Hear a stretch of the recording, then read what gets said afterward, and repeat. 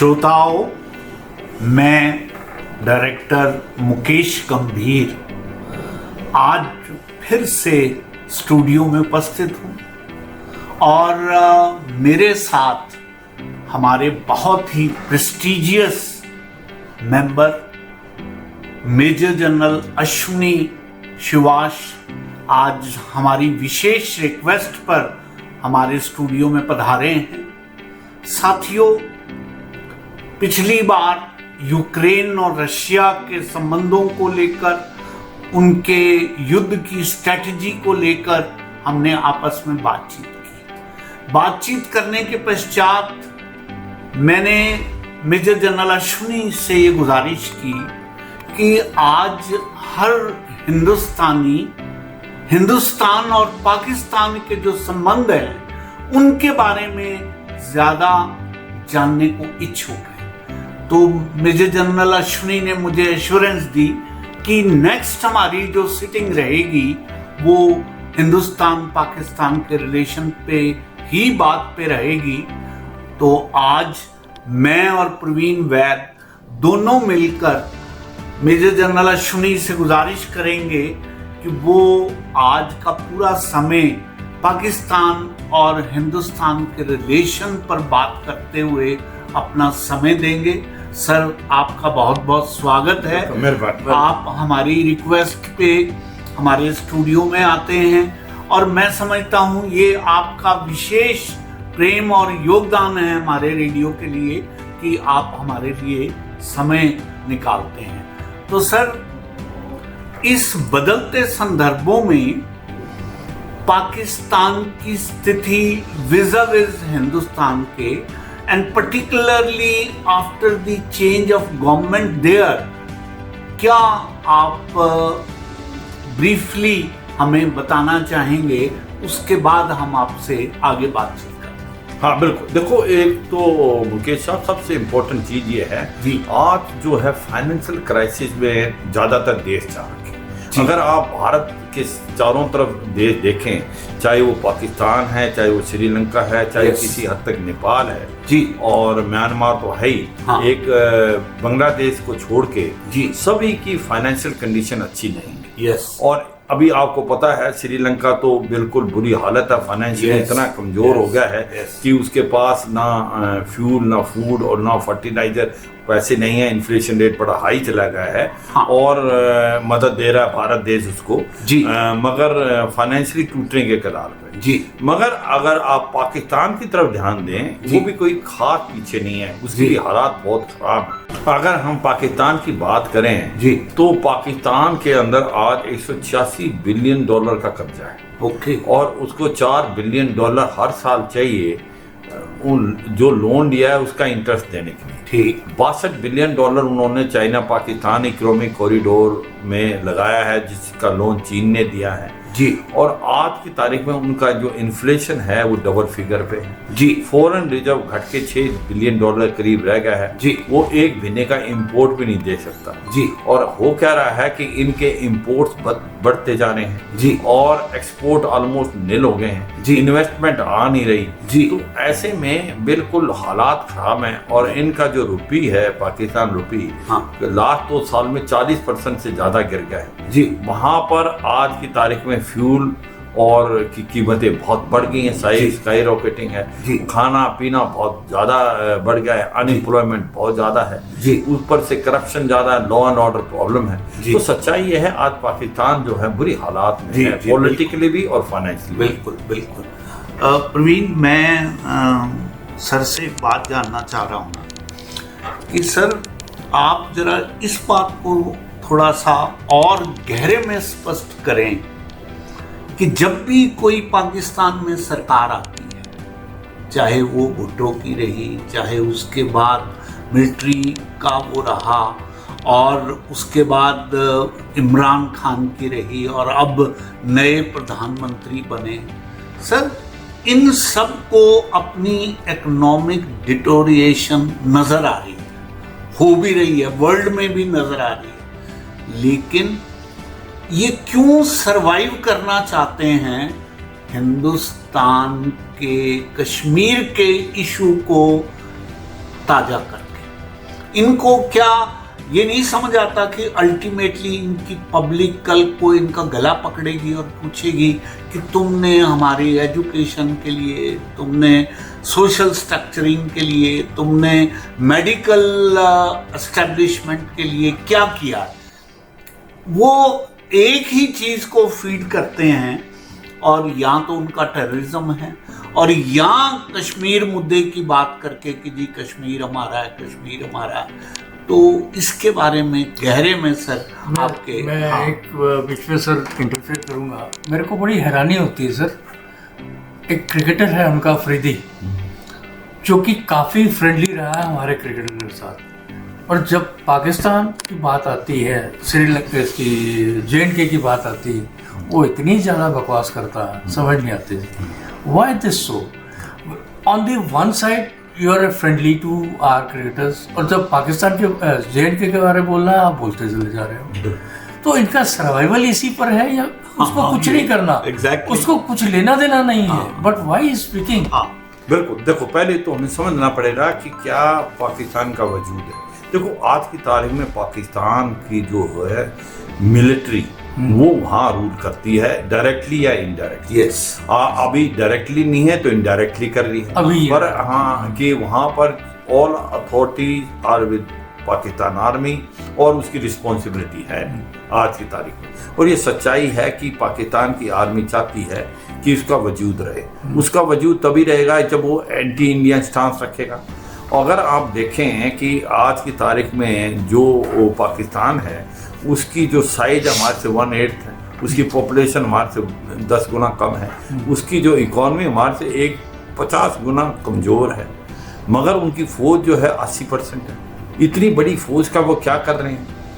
जब वो देश अफोर्ड नहीं कर सकता है तो वो ओवर मिलिटराइजेशन है। और पूरी पाकिस्तान फौज का एम ही है एंटी इंडिया स्टाफ। Yes. अगर वो भारत की तरफ से उसको जो एक प्रकार से डेंजर ख़त्म होगा या वहाँ से एक कि आपके पास कोई प्रॉब्लम नहीं है तो फिर उसका सर्वाइवल इज एट स्टेक। इसलिए पाकिस्तान की आर्मी चाहती है एक आर्टिफिशियल जो चैलेंज रहे और एक थ्रेट रहे।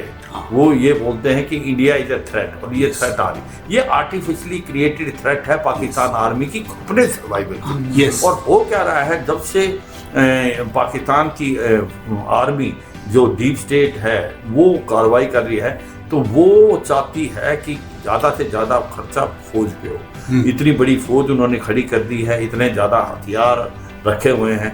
एक छोटा देश जो इकोनॉमिकली इतना कमज़ोर है वो नहीं रख सकता। जैसे मैंने बोला उसकी इकॉनमी 50 गुना हमारे से कमज़ोर है। तो ये एक बड़ी वजह है। देखो सच्चाई अगर आप देखें, जब भारत और पाकिस्तान आज़ाद हुए थे, जो हिस्सा ज़्यादा फर्टाइल था पंजाब का वो पाकिस्तान की तरफ चला गया था। अगर 60 से 70 तक के भी आप देखें उनकी GDP भारत से ज़्यादा थी, वो ज़्यादा थे।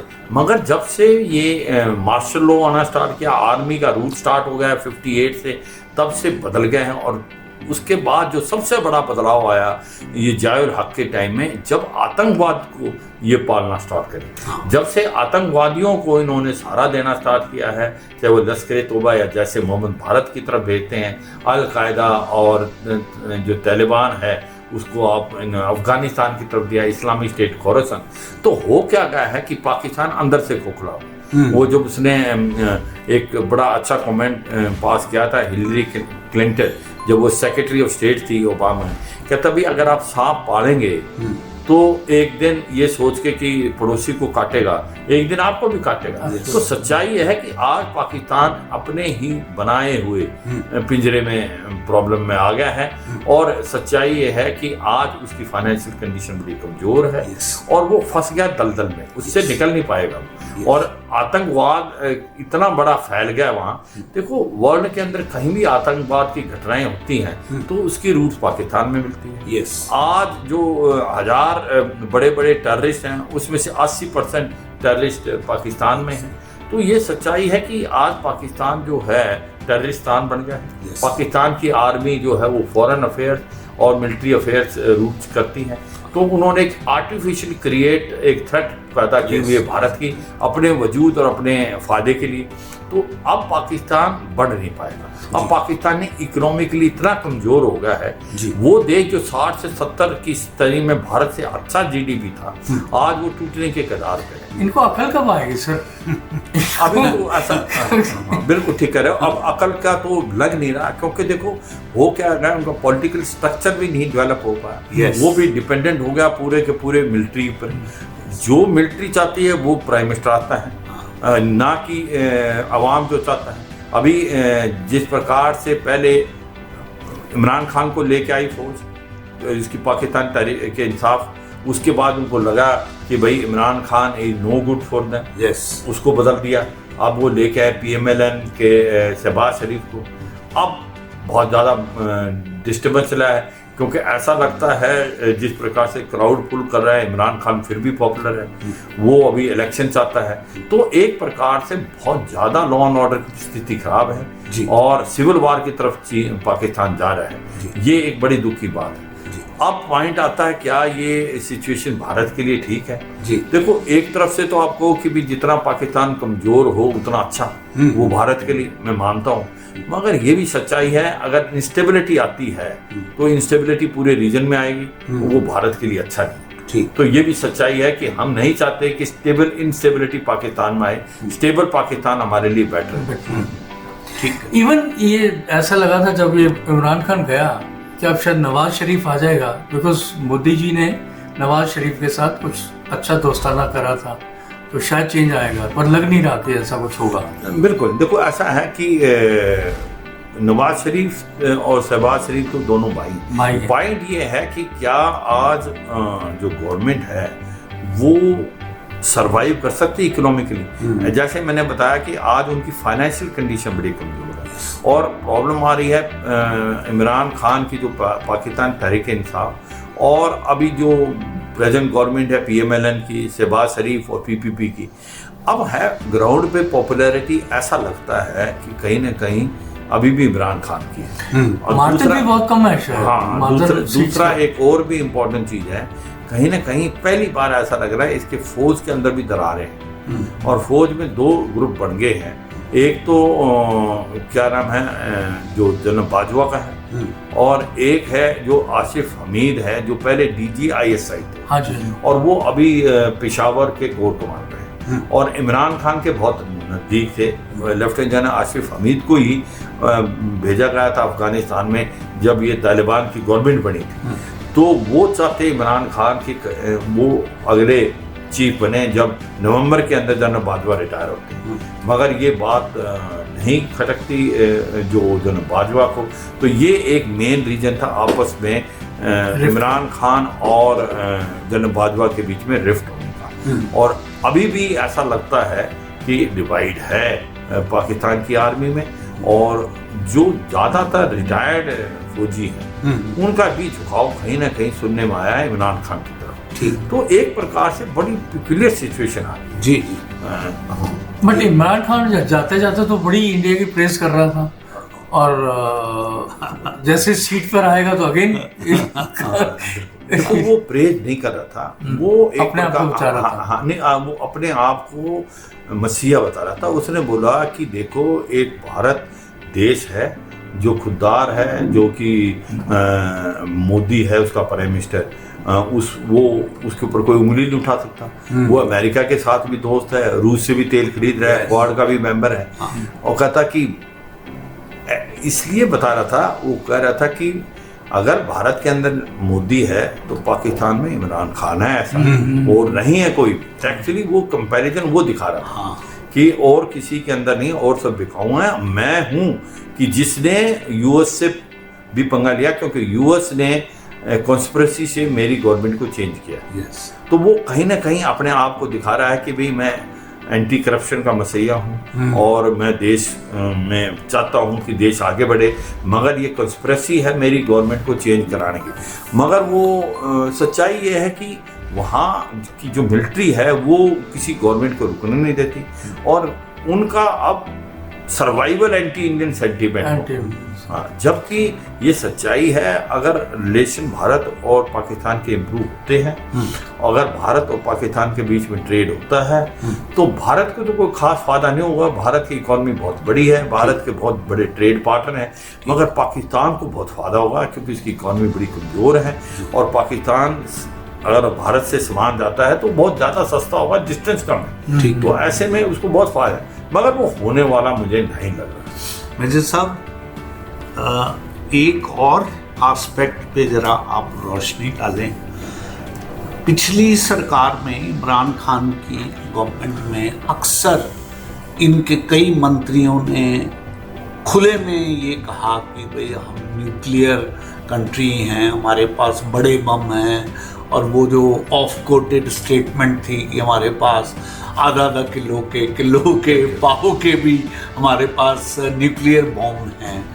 तो ये सिर्फ हवाबाजी दिखाने की कोशिश है या इनकी कुछ बात में कहीं कोई दम भी है? देखो, इसको दोनों पहलू से देखना पड़ेगा जी। ये सच्चाई है कि जो न्यूक्लियर हथियार हैं जी, वो हथियार लड़ाई के नहीं हैं जी, वो हैं वेपन ऑफ डेटरेंस और वेपन ऑफ पीस हो जाए। अगर आप अपना ध्यान ले जाएं, जो हिरोशिमा नागासाकी को बम गिराए 1945 में अमेरिका ने जापान में, उसके बाद कोई न्यूक्लियर अटैक नहीं हुआ क्योंकि इसकी अहमियत सबने समझी है कि इसका डिजास्टर होगा और इसका इम्पैक्ट वही नहीं होगा, पूरे वर्ल्ड में होगा। तो इसलिए कोई भी न्यूक्लियर हथियार का इस्तेमाल वही कर सकता है जो बेवकूफ़ है। मगर ये भी सच्चाई है कि एक नई जो सोच आ रही है कि जिस प्रकार के शेख रशीद ने ये बोली थी, जो इंटीरियर मिनिस्टर थे, वो ज़्यादा बोलते हैं, बट सच्चाई ये है कि पाकिस्तान न्यूक्लियर स्टेट है और पाकिस्तान के पास टैक्टिकल न्यूक्लियर हथियार भी हैं जो छोटे हैं, और वो उनका इस्तेमाल क्या वो कर सकता है या नहीं कर सकता, ये सोचने वाली बात है जी। मगर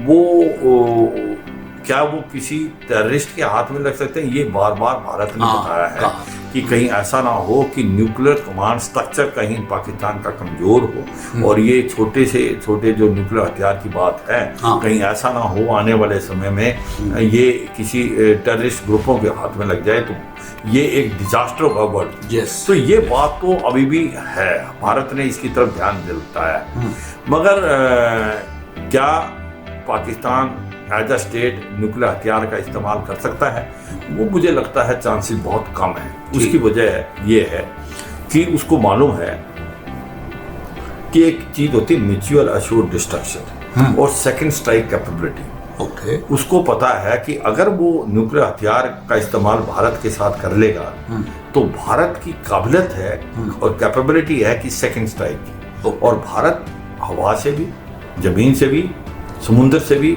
और समुद्र के अंदर से भी न्यूक्लियर हथियार यूज कर सकता है। अगर गलती से पाकिस्तान ने कोई छोटा भी न्यूक्लियर हथियार इस्तेमाल किया तो पाकिस्तान को बर्बाद कर देगा भारत। जब उसको ये मालूम है तो फिर उसको 10 बार सोचेगा। ठीक, आपके पास क्षमता और काबिलियत होनी चाहिए, आप बोलने से काम नहीं चलेगा, आपने डिस्प्ले करनी है कि आप भारत एक उन 5 देशों में है जो ट्राइड है, जिसकी काबिलियत और क्षमता है कि वो सेकंड स्ट्राइक कैपेबिलिटी रखता है। तो भारत न्यूक्लियर वेपन का हथियार नहीं यूज करेगा फर्स्ट स्ट्राइक जी। ये पॉलिसी स्टेटेड पॉलिसी, मगर आपकी स्टेटेड पॉलिसी का तभी फायदा है जब आप सेकंड स्ट्राइक कैपेबिलिटी रखते हैं। यस, मतलब आपके पास न्यूक्लियर हथियार, किसी ने हमला किया और आपका पूरा एडमिनिस्ट्रेशन और आपका जो थिंक टैंक वो भी पैरालाइज हो गया, यस, तो फिर तो खत्म होगा। मगर हमारे अंदर की काबिलियत और क्षमता है, अगर पाकिस्तान न्यूक्लियर हथियार का इस्तेमाल करेगा तो भारत सेकंड स्ट्राइक कैपेबिलिटी है और भारत पाकिस्तान का नामो निशान मिटा देगा। जब उसको ये मालूम है तो वो 10 बार सोचेगा गलती करने की। डर है कि कहीं ये छोटे हथियार, अगर न्यूक्लियर कमांड स्ट्रक्चर कमजोर है पाकिस्तान का, ये कहीं आतंकवादियों के हाथ में ना लग जाएं, वो बहुत बड़ा खतरा है, वो अभी भी रहे। They are also equally dangerous. जो छोटे हथियार की बात कर रहे हैं आप, न्यूक्लियर टेक्टिकल न्यूक्लियर पावर जो आप कह रहे हैं छोटे, they are also capable of like damaging बिल्कुल। देखो जो अगर किलोटन के ज़्यादा बड़े हैं, जैसे एटम बम था, अभी हाइड्रोजन बम है, प्लूटोनियम बम है, बहुत ज़्यादा है। पर अगर छोटे टैक्टिकल न्यूक्लियर वेपन करें तो उसका इम्पैक्ट कम होगा। इसका मतलब ये नहीं होगा कितना एरिया कवर कर लेंगे, मान लो डिपेंड करता है उसका कितना एक्सप्लोसिव। जैसे वो पावर की गंभीर साहब बात कर रहे थे कि पावर की बात कर रहे हैं, मतलब वो तो बिना सोचे समझे बात शेख रशीद को तो उनके खुद के मिनिस्टर सीरियसली नहीं लेते। आपको मालूम है कि वो बड़े मिच्योर बातें करते हैं, तो वो पब्लिक के लिए बोलते हैं, पब्लिक को करने। आप जानते हैं पब्लिक ताली बजाएगी, मगर सच्चाई है कि छोटे न्यूक्लियर हथियार ये सुनने में आया है पाकिस्तान वो एक स्ट्रेटेजी में वो कर सकते हैं, ऐसा सुना था। मगर मैं उसको बताऊंगा कि क्यों नहीं कर सकते। वो ये कि कल को लड़ाई हो जाती है, कन्वेंशनल वार, और रूस और यूक्रेन के बाद ऐसा लगता है कभी भी हो सकता है किसी की, अगर होता है और भारत पाकिस्तान के अंदर घुस जाता है और पाकिस्तान के अंदर चलता जा रहा है, तो क्या पाकिस्तान अपने ही देश में वो चलाएगा क्या? आपको आपके ऊपर चला सकता नहीं? ये क्वेश्चन नहीं। ये भी एक पॉसिबिलिटी है। ये मैं नहीं कह रहा कि हो सकती या नहीं हो सकती, ये भी है। तो क्योंकि वो कहेगा कि वो तो मैंने अपने उस पर चलाया, अपने देश में चला, मगर एग्रेसर के अगेंस्ट चला। तो ये ऐसा सोचा, मगर 2-3 बातें बड़ी स्टैंड आउट करती हैं। हमारे पास, हम फर्स्ट स्ट्राइक कैपेबिलिटी नहीं करेंगे, न्यूक्लियर इस्तेमाल नहीं करेंगे, पर हमारे पास पुख्ता सेकंड स्ट्राइक कैपेबिलिटी है। ये पाकिस्तान को मालूम है। पाकिस्तान ने अगर न्यूक्लियर हथियार का इस्तेमाल किया तो भारत उसका नामो निशान मिटा देगा। तो इसलिए नहीं, अगर आप हमारा कितना डैमेज कर पाएगा सर अगर छोटा हथियार चलाता हो तो? देखो कितना एरिया, ये कहना मुश्किल है कि कितना एक्सप्लोसिव उसमें। मतलब ये है कि इन हथियारों को बारे में यूज करने के बारे में ही बात नहीं करनी चाहिए। ये एक न्यूक्लियर हथियार जो हैं, they are weapon of destruction, and as on today they are not weapon of war, they are weapon of deterrent, डराने के लिए। ये एक डराना है, क्योंकि अगर आप देखें कि हमने इस न्यूक्लियर बोगी जो है पाकिस्तान की, उसको एक्सपोज किया है। वो कहेंगे, आप कहेंगे सर वो कैसे? 2 बातों हम बताते रहे, अगर आप भारत के अंदर कोई भी टेररिस्ट एक्ट होगा और जो पाकिस्तान से है, तो हम इसका जवाब देंगे। हमने उड़ी के बाद सर्जिकल स्ट्राइक किया, हमने पुलवामा के बाद बालाकोट किया, क्या उन्होंने न्यूक्लियर हथियार इस्तेमाल की? तो वो नहीं करेंगे। तो हमें भी पता है ये हथियार जो हैं, ये these are weapon of deterrence.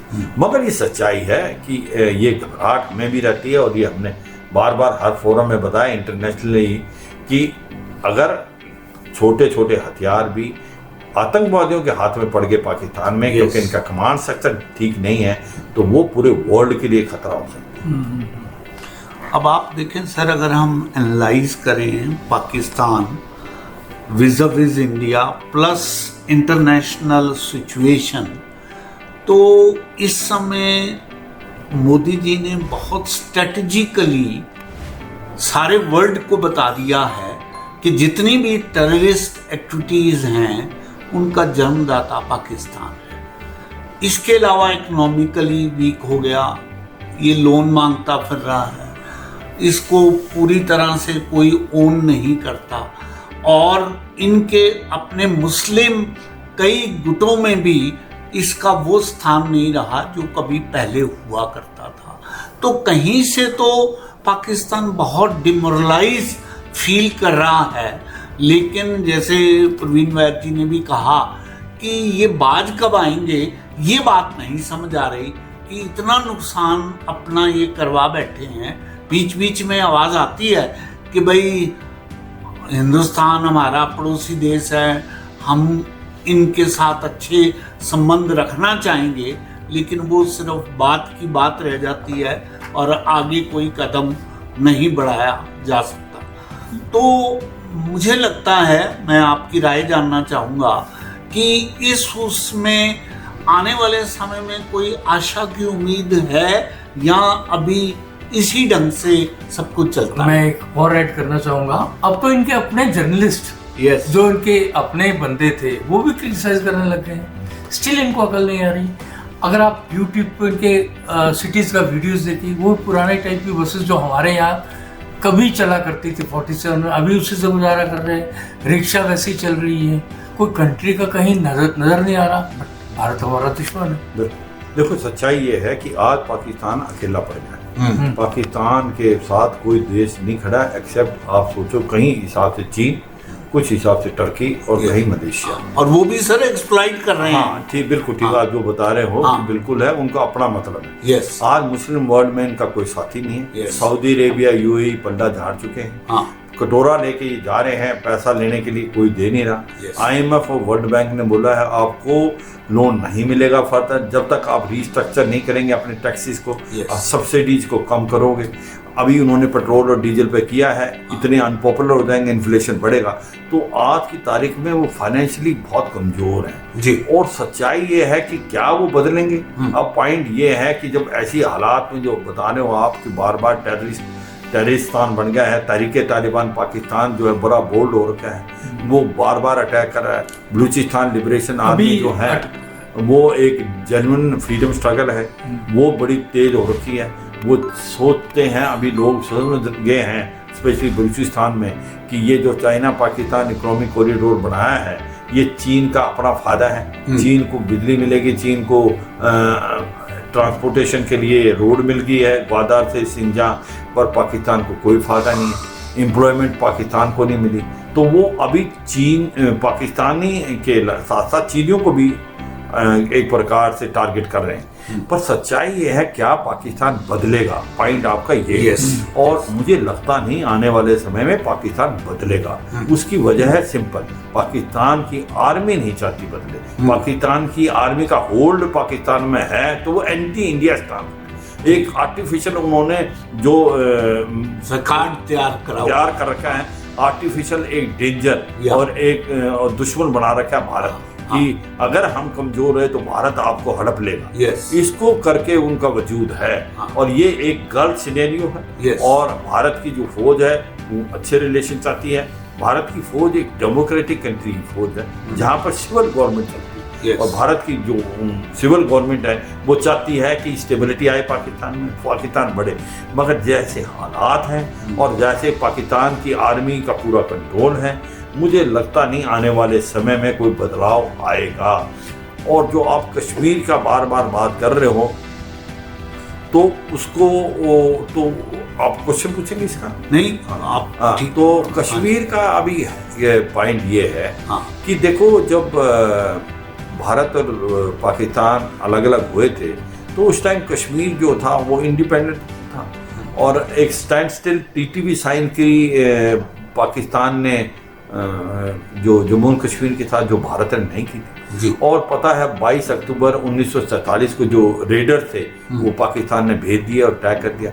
और 26 अक्टूबर को जो इंस्ट्रूमेंट ऑफ सक्सेशन जो साइन कर दिया था महाराजा हरि सिंह ने। इसका मतलब 26 जो अक्टूबर 1947 में जम्मू एंड कश्मीर भारत का अटूट अंग हिस्सा हो। 27 अक्टूबर को भारत की फौजें गई। इसके बाद जो जम्मू एंड कश्मीर भारत का अटूट अंग है और जो अभी हिस्सा पाकिस्तान के पास है, पाकिस्तान ऑक्यूपाइड जम्मू एंड कश्मीर गिलगित बाल्टिस्तान, वो भारत का हिस्सा है। चाहे कोटली, मुजफ्फराबाद, मीरपुर और आपका गिलगित बाल्टिस्तान जो है वो सारा गिलगित बाल्टिस्तान आपके कारगिल बटालियन जैसा है, वहाँ शिया पॉपुलेशन।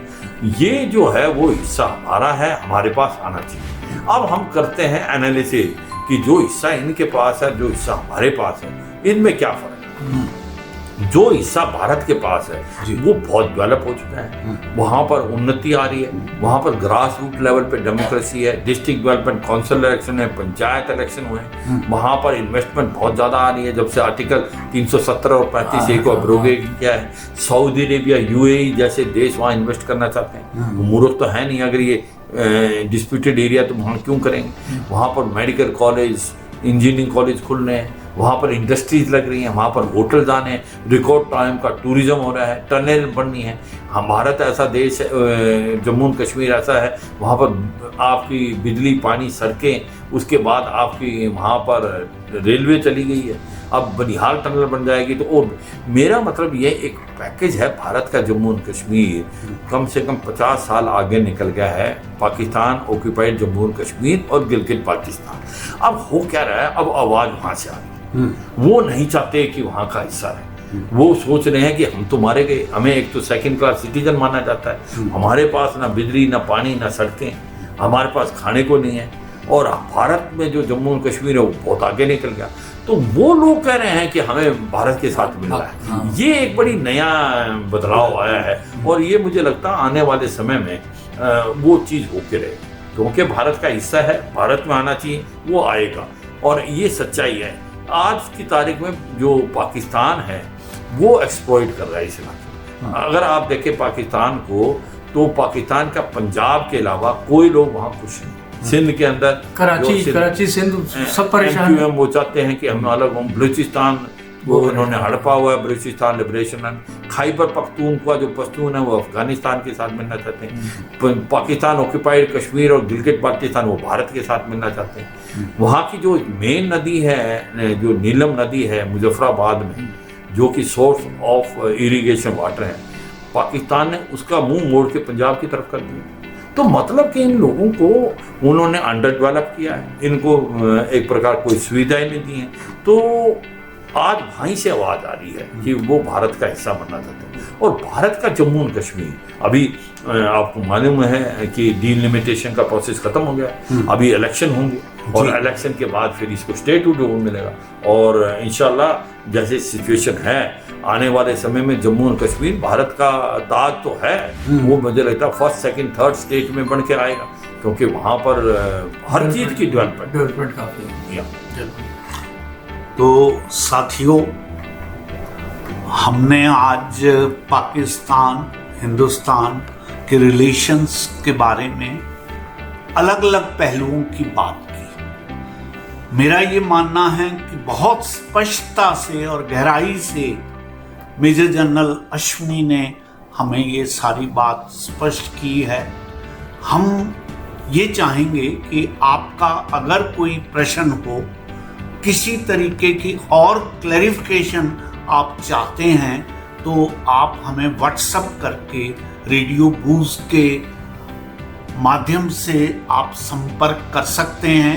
हम अगली बार जब मेजर जनरल अश्विनी को यहाँ बुलाएंगे तो आपके प्रश्नों को पहले पूछेंगे, उसके बाद हम किसी और विषय पर बात करेंगे। इन्हीं शब्दों के साथ सर, आपका बहुत बहुत आभार, बहुत बहुत धन्यवाद कि आप आए और आपने हमारे को स्टूडियो में बैठ के और हमारे श्रोताओं को बहुत अच्छे से आपने लाभान्वित किया और बताया कि कौन कौन से हमारे रिलेशनशिप के क्या शेड्स हैं। मैं समझता हूँ हमारे श्रोतागण इससे बहुत अधिक जो हैं अपने आप को ज्ञानस्थ समझेंगे और इनकी तरफ से जो भी बात आई हम अगली बार आपके सम्मुख रखेंगे। बहुत बहुत धन्यवाद। धन्यवाद। जय हिंद। जय हिंद।